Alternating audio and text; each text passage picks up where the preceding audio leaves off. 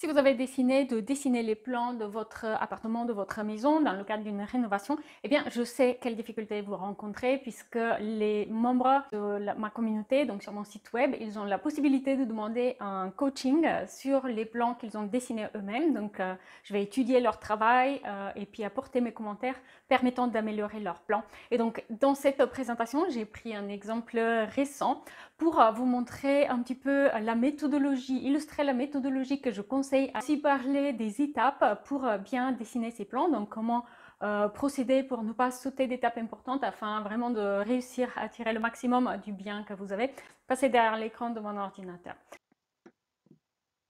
Ok, donc pour cette vidéo, j'ai pris un exemple de bilan et coaching récent parce qu'il est relativement typique. Donc on va partir d'un plan d'état des lieux qui en fait n'en est pas vraiment un puisque c'est un schéma des surfaces carrées. En fait, vous êtes très nombreux à démarrer vos projets et à dessiner vos plans à partir de cela. Donc je vais vous donner quelques astuces pour le faire correctement. Et vous allez aussi voir un peu comment ça se passe lorsque vous demandez un bilan et coaching rénovation pour anticiper vos questions en commentaire et en message privé. C'est un service qui est réservé aux membres, aux gens qui sont abonnés à l'espace membre de mon site web et qui est une option supplémentaire.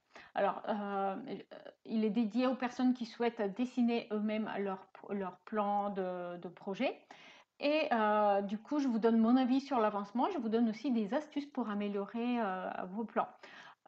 Évidemment, j'ai constaté qu'on remarque souvent des problèmes similaires que vous rencontrez, du coup, d'où cette vidéo. Alors, c'est le type de plan que vous avez très souvent lorsque vous démarrez. Et en fait, ce qu'il faut savoir, c'est que ça, ce n'est pas vraiment un plan d'état des lieux. C'est un tableau des surfaces illustré en quelque sorte avec un schéma. Qu'est-ce que je veux dire par là? Si vous regardez bien, eh bien, vous allez remarquer que ce dessin, il ne donne pas les épaisseurs des murs, il ne donne pas de dimension dans les pièces. On ne sait pas quels sont les éléments porteurs et quelles sont les cloisons non porteuses de séparation. On ne sait pas vraiment où sont les gaines techniques, donc évacuation des eaux, ventilation, etc. Et ce sont tous des éléments très importants pour faire son projet. Donc, s'il est OK de commencer par ce schéma, il ne faut pas oublier, c'est qu'il faut en fait l'améliorer pour pouvoir s'en servir vraiment.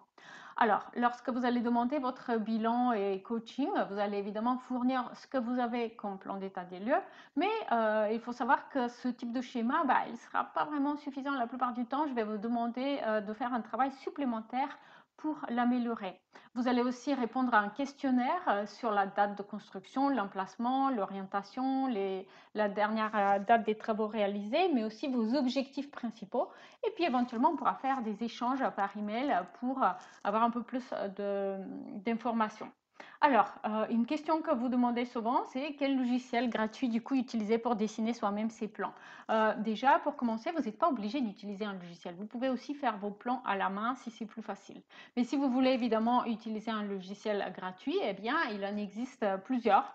Évidemment, pour la plupart, ils ont leurs limitations et ils ont en fait, pour la plupart des logiciels, il y a une option gratuite et une option premium payante. Et souvent, l'option gratuite, elle est limitée. Soit elle ne vous permet pas d'utiliser toutes les fonctions du logiciel, soit si c'est un logiciel 3D, vous allez pouvoir exporter peu d'images en nombre et aussi de pas très bonne qualité.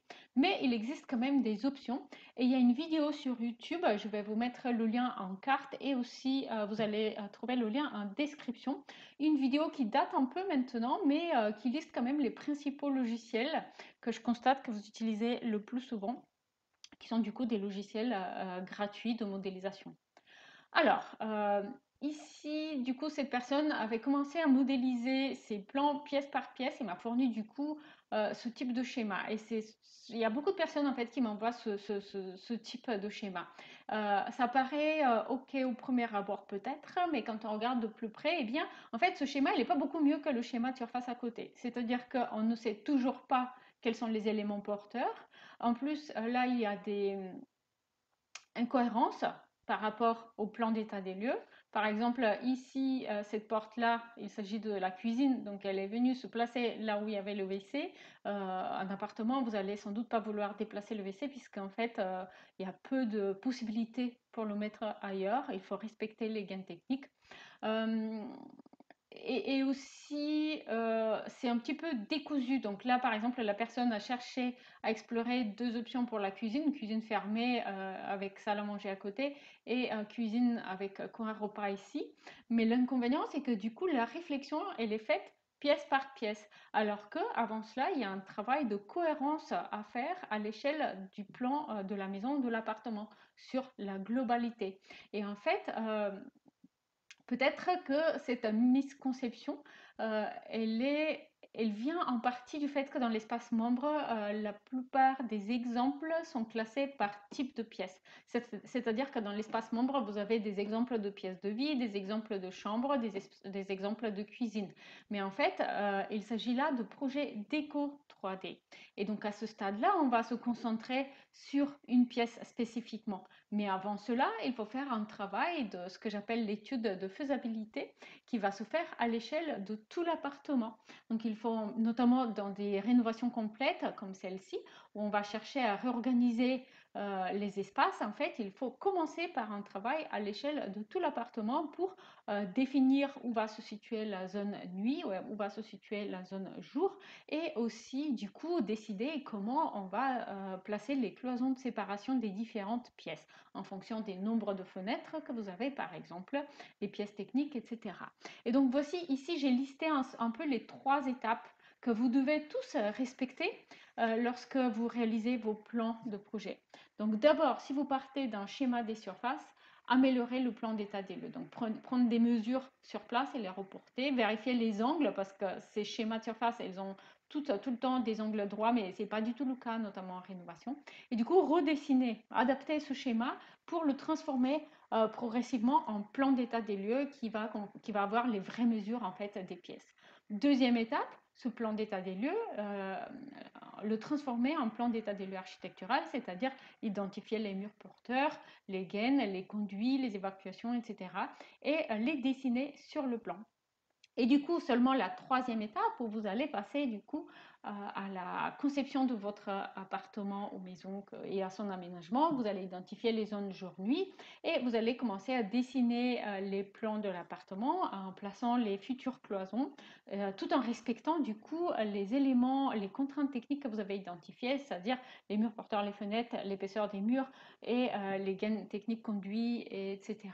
Vous allez aussi respecter les surfaces minimum pour chaque pièce. Et dans l'espace membre, sachez que vous avez un petit guide qui complète du coup les exemples de projet 3D pièce par pièce qui s'appelle mesures et dimensions à connaître. Et ce petit guide, il va vous aider à connaître du coup les distances minimum, par exemple, à respecter entre deux plans de dressing ou alors entre deux plans de travail dans la cuisine, combien de place il faut pour pouvoir tourner facilement autour de la table, combien de place pour circuler librement lorsqu'il faut passer entre le meuble télé et le canapé, etc. etc. Donc c'est un travail plus détaillé qui va être à l'échelle de la pièce seulement, mais qui va venir seulement vers la fin du projet. Et donc, le bilan, il va vous aider aussi à mettre en avant les avantages et les inconvénients de votre bien spécifique.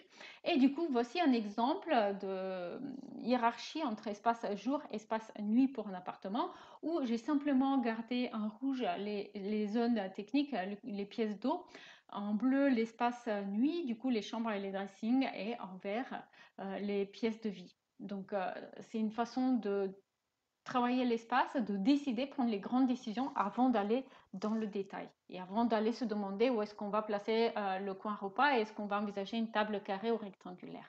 D'accord? Donc il faut d'abord avoir une vision globale à l'échelle de tout le bien avant d'aller dans le détail. Donc, si un bilan comme celui-ci vous intéresse, si vous avez besoin d'un coup de main pour avancer sereinement dans vos plans de projet, si vous avez décidé de faire vous-même vos plans de projet, eh bien, n'hésitez pas à aller voir l'espace membre. Le lien sera en description.